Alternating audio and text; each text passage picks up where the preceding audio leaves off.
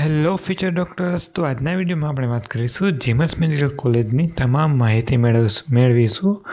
જે બી વિદ્યાર્થીઓને government medical કોલેજમાં એડમિશન મળી શકે તેટલા માર્ક નથી તથા ગવર્મેન્ટ મેડિકલ કોલેજમાં એડમિશન મળી શકે તેમ નથી, તેઓ શ્યોર જીમર્સ મેડિકલ કોલેજમાં એડમિશન લેશે.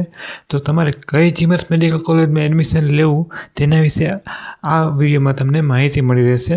તો તેમનું સંપૂર્ણ માર્ગદર્શન આ વિડીયોથી તમને મળી રહેશે.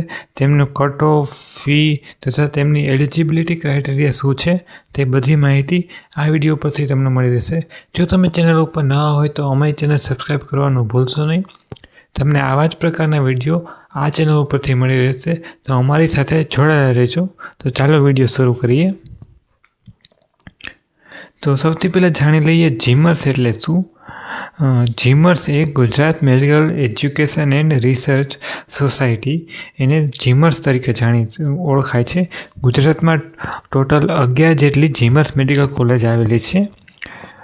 જીમર્સની મુખ્ય હકીકત તો એ છે કે આ જીમર્સ મેડિકલ કોલેજને સેમી ગવર્મેન્ટ મેડિકલ કોલેજ પણ કહે છે, કારણ કે જે સરકારી અને ખાનગી કોલેજ વચ્ચેનું અંતર ઘટાડે છે. આ મેડિકલ કોલેજને અર્ધ સરકારી અથવા સેમી ગવર્મેન્ટ મેડિકલ કોલેજ પણ કહે છે, જેમાં ગવર્મેન્ટ મેડિકલ કોલેજ કરતાં થોડી ફી વધારે હોય છે અને ખાનગી એટલે કે સેલ્ફ ફાઇનાન્સ મેડિકલ કોલેજ કરતાં ફી થોડી ઓછી હોય છે. એટલા માટે આ ગવર્મેન્ટ મેડિકલ કોલેજને સેમી ગવર્મેન્ટ મેડિકલ કોલેજ પણ કહે છે. આ વિડીયો બનાવવાનો અમારો ઉદ્દેશ ફક્ત શૈક્ષણિક વર્ષમાં એડમિશન લેવા માટે ઈચ્છિત વિદ્યાર્થીઓ માટે તેમને જીમર્સ મેડિકલ કોલેજની વિશે સ્પષ્ટ માહિતી આપવાનો છે. તો જીમર્સ મેડિકલ કોલેજ ટોટલ 11 આવેલી છે ગુજરાતમાં. તો તેમની એક ઝલક જોઈ લઈએ. તો 11 જીમર્સ મેડિકલ કોલેજ આ મુજબ છે. સૌથી પહેલા નંબરની અને બેસ્ટ જીમર્સ મેડિકલ કોલેજ ગણી શકાય તો તે જીમર્સ ગાંધીનગર છે. ત્યારબાદ જીમર્સ હિંમતનગર છે, પછી જીમર્સ વડનગર, જીમર્સ સોલા કે જે અમદાવાદમાં આવેલી છે. આ રીતે અન્ય 7 જીમર્સ મેડિકલ કોલેજ આવેલી છે, જેના વિશે આગળના વિડીયોમાં આપણે વાત કરીશું. તો જીમર્સ મેડિકલ કોલેજ 11ની માહિતી આ વિડીયોમાં તમને મળી રહેશે. તો તમારે એડમિશન કયા કોટામાં અને કેટલી ફી જોશે તેના વિશે તમને માહિતી જણાવીએ. જો તમે ગવર્મેન્ટ મેડિકલ કોટામાં એડમિશન લેવા માંગતા હોય તો તમારે અંદાજિત ફી પર યરની છે તે 3,75,000 એટલે કે 3,75,000 જેટલી ભરવાની રહેશે એક વર્ષ માટે. જો તમે મેનેજમેન્ટ કોટામાં એડમિશન લો છો તો તમારે ફી 12 લાખ કરતાં પણ વધુ હોઈ શકે છે. તે તમારી કોલેજ ઉપર આધાર રાખે છે કે તમે કઈ મેડિકલ કોલેજમાં એડમિશન લ્યો છો. તમે જીમર્સ ગાંધીનગરમાં એડમિશન લ્યો છો મેનેજમેન્ટ કોટામાં તો તમારી ફી અંદાજિત 5.5 લાખની આજુબાજુ હશે. જો તમે જીમર્સ વડનગરમાં એડમિશન લ્યો છો મેનેજમેન્ટ કોટામાં તો તમારી ફી 7.5 લાખની આજુબાજુ હશે. મેનેજમેન્ટ કોટાની ફી એ તમારી કોલેજ ઉપર ડિપેન્ડ કરે છે.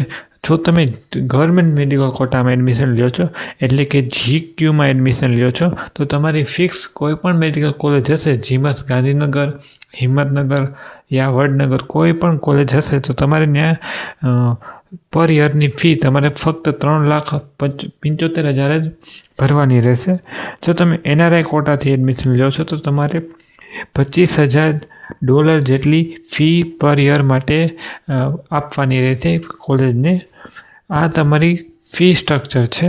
જો તમે ગવર્મેન્ટ મેડિકલ કોટામાં એડમિશન લ્યો છો તો તમારે ઓછી ફી આપવાની રહેશે. મેનેજમેન્ટ કોટામાં તમને સૌથી વધારે રહેશે અને NRIમાં તમારે ડોલરમાં પે કરવાના રહેશે. આ ફી તમારે 2026 શૈક્ષણિક વર્ષ મુજબ સુધારો થઈ શકે છે, કારણ કે દર વર્ષે ફીમાં ઉપર નીચે થતું હોય છે. જેમ નવું સેમેસ્ટર ચાલુ થાય છે તેમ ગવર્મેન્ટ જીમર્સ મેડિકલ કોલેજમાં ફીમાં વધારો થાય છે. તો તમારે આમાં પ્લસ 10,000ની આજુબાજુ ગણવાના રહેશે. જો તમે ગવર્મેન્ટ કોટામાં એટલે કે સરકારી કોટામાં એડમિશન લ્યો છો તો તમારી ફી પ્રતિ વર્ષ 3,75,000 ભરવાની રહેશે.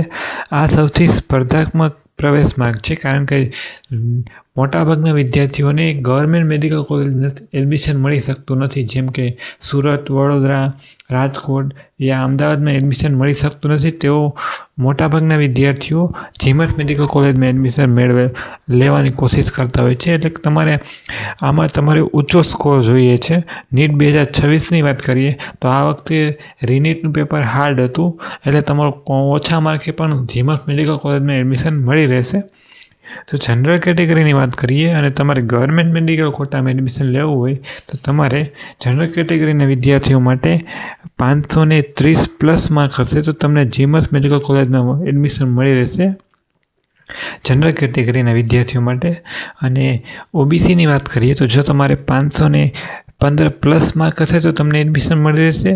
અને એસસી કેટેગરીના વિદ્યાર્થીઓ માટે તમારે 490 પ્લસ માર્ક હશે તો તમને સારી એવી જીમસ મેડિકલ કોલેજ મળી રહેશે.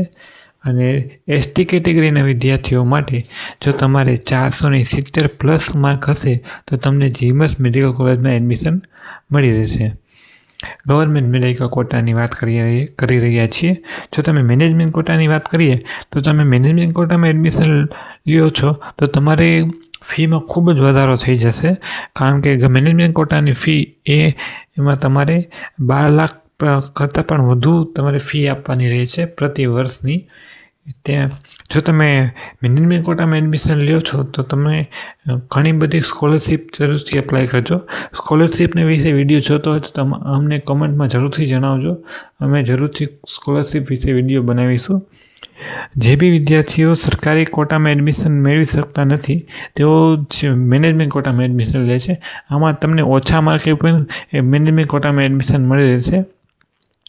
ઉપર જે રીતે જણાવેલ તે મુજબ જીમસ મેડિકલ કોલેજમાં જો તમે મેનેજમેન્ટ કોટામાં એડમિશન લ્યો છો, જે બી કેટેગરી મુજબ તમારે -20 માર્ક કરવાના રહેશે. ગવર્મેન્ટ મેડિકલ કોટામાં જેટલા બી માર્ક છે તેના -20 માર્ક કરીએ તો તમને મેનેજમેન્ટ કોટામાં એડમિશન મળી રહેશે. પરંતુ મેનેજમેન્ટ કોટામાં તમારે ફી સ્ટ્રક્ચર ખૂબ વધુ હોવાથી તમારે ફી વધુ પે કરવાની રહેશે જીમસ મેડિકલ કોલેજ કરતાં.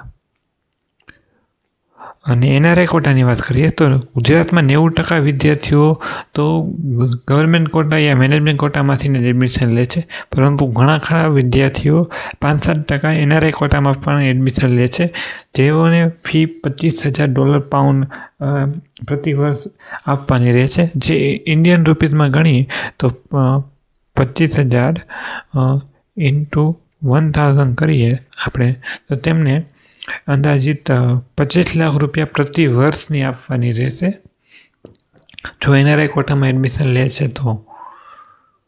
હવે આપણે આની પાત્રતા અને માપદંડની વાત કરીએ તો સામાન્ય જરૂરિયાત તો તમારે જીમસ મેડિકલ કોલેજમાં એડમિશન લેવું હોય તો તમારે નીટમાં સારો એવો સ્કોર હોવો જોઈએ, ગુજરાતમાં ડોમિસાઇલ હોવા જોઈએ અને વય મર્યાદાની પાત્રતા હોવા જોઈએ અને કેટેગરી પ્રમાણપત્ર હોવું જોઈએ.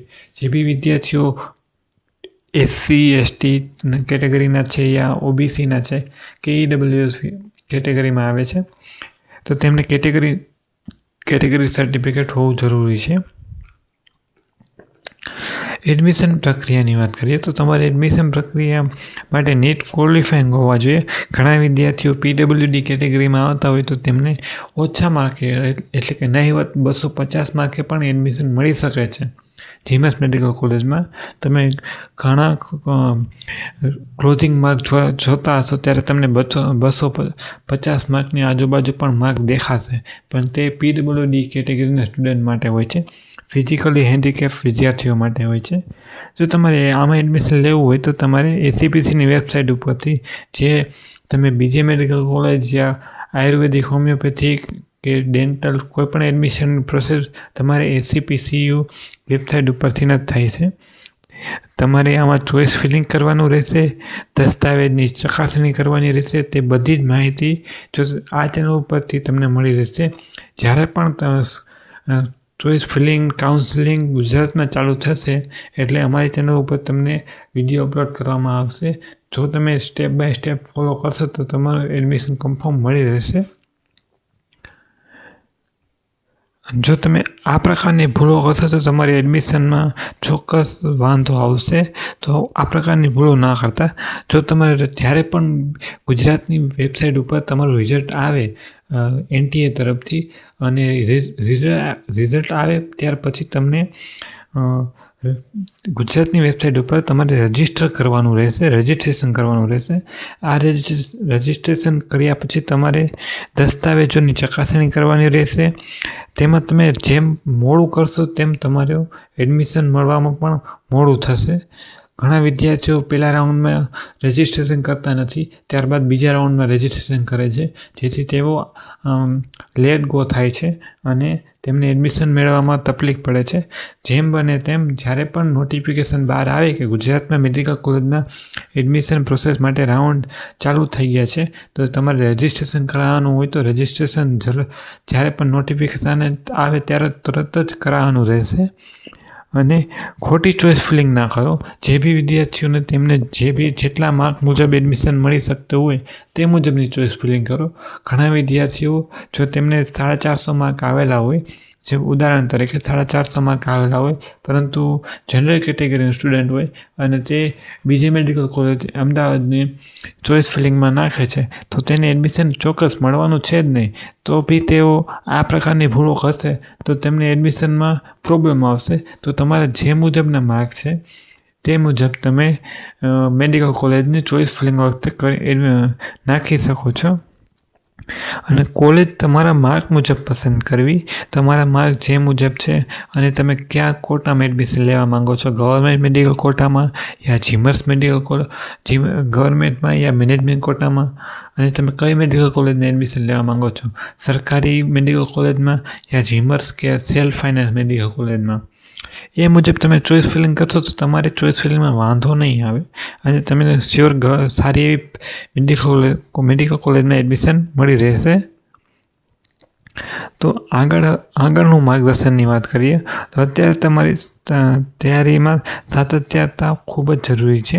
કારણ કે અત્યાર સુધી તમે નીટની પ્રિપેરેશન કરી, પરંતુ હવે તમારું મેઇન એડમિશન પ્રોસેસ છે, જે તમારી વર્ષની મહેનતમાં તમને કઈ મેડિકલ કોલેજમાં એડમિશન આવશે તેના વિશે જણાવશે. તો તમારે સત્તાવાર ACPCની વેબસાઇટ જ્યારે પણ તમારું નીટનું રિઝલ્ટ આવે ત્યાર પછી તમારે ચેક કરતી રહેવી. જ્યારે પણ તમને નોટિફિકેશન આવે કે રજિસ્ટ્રેશન ચાલુ થઈ ગયું છે, એટલે શરૂઆતમાં ડાયરેક્ટ રજિસ્ટ્રેશન કરવાનું રહેશે. અને ધ્યાન કેન્દ્રિત રાખો કે ડેડલાઇનને ટ્રેક કરો. જ્યારે પણ તમને કહે કે રજિસ્ટ્રેશન કરો ત્યારે તમારી પાસે 11,000નો પ્રોપર પિન ખરીદવાનો રહેશે. તો તેના માટે પણ તમારે સાવચેતી રાખવાની રહેશે. જો તમને કોઈ પણ પ્રકારનો પ્રશ્ન હોય અથવા કોઈ પણ પ્રકારની મૂંઝવણ હોય તો જરૂરથી કોમેન્ટ કરજો. અને અમારી ચેનલ ઉપર તમને જીમર્સ મેડિકલ કોલેજને લગતી આ માહિતી કેવી લાગી જરૂરથી કમેન્ટ જણાવજો. અને આવા જ પ્રકારના વિડીયો જોવા માટે અમારી ચેનલ સાથે જોડાયેલા રહેજો. Thank you.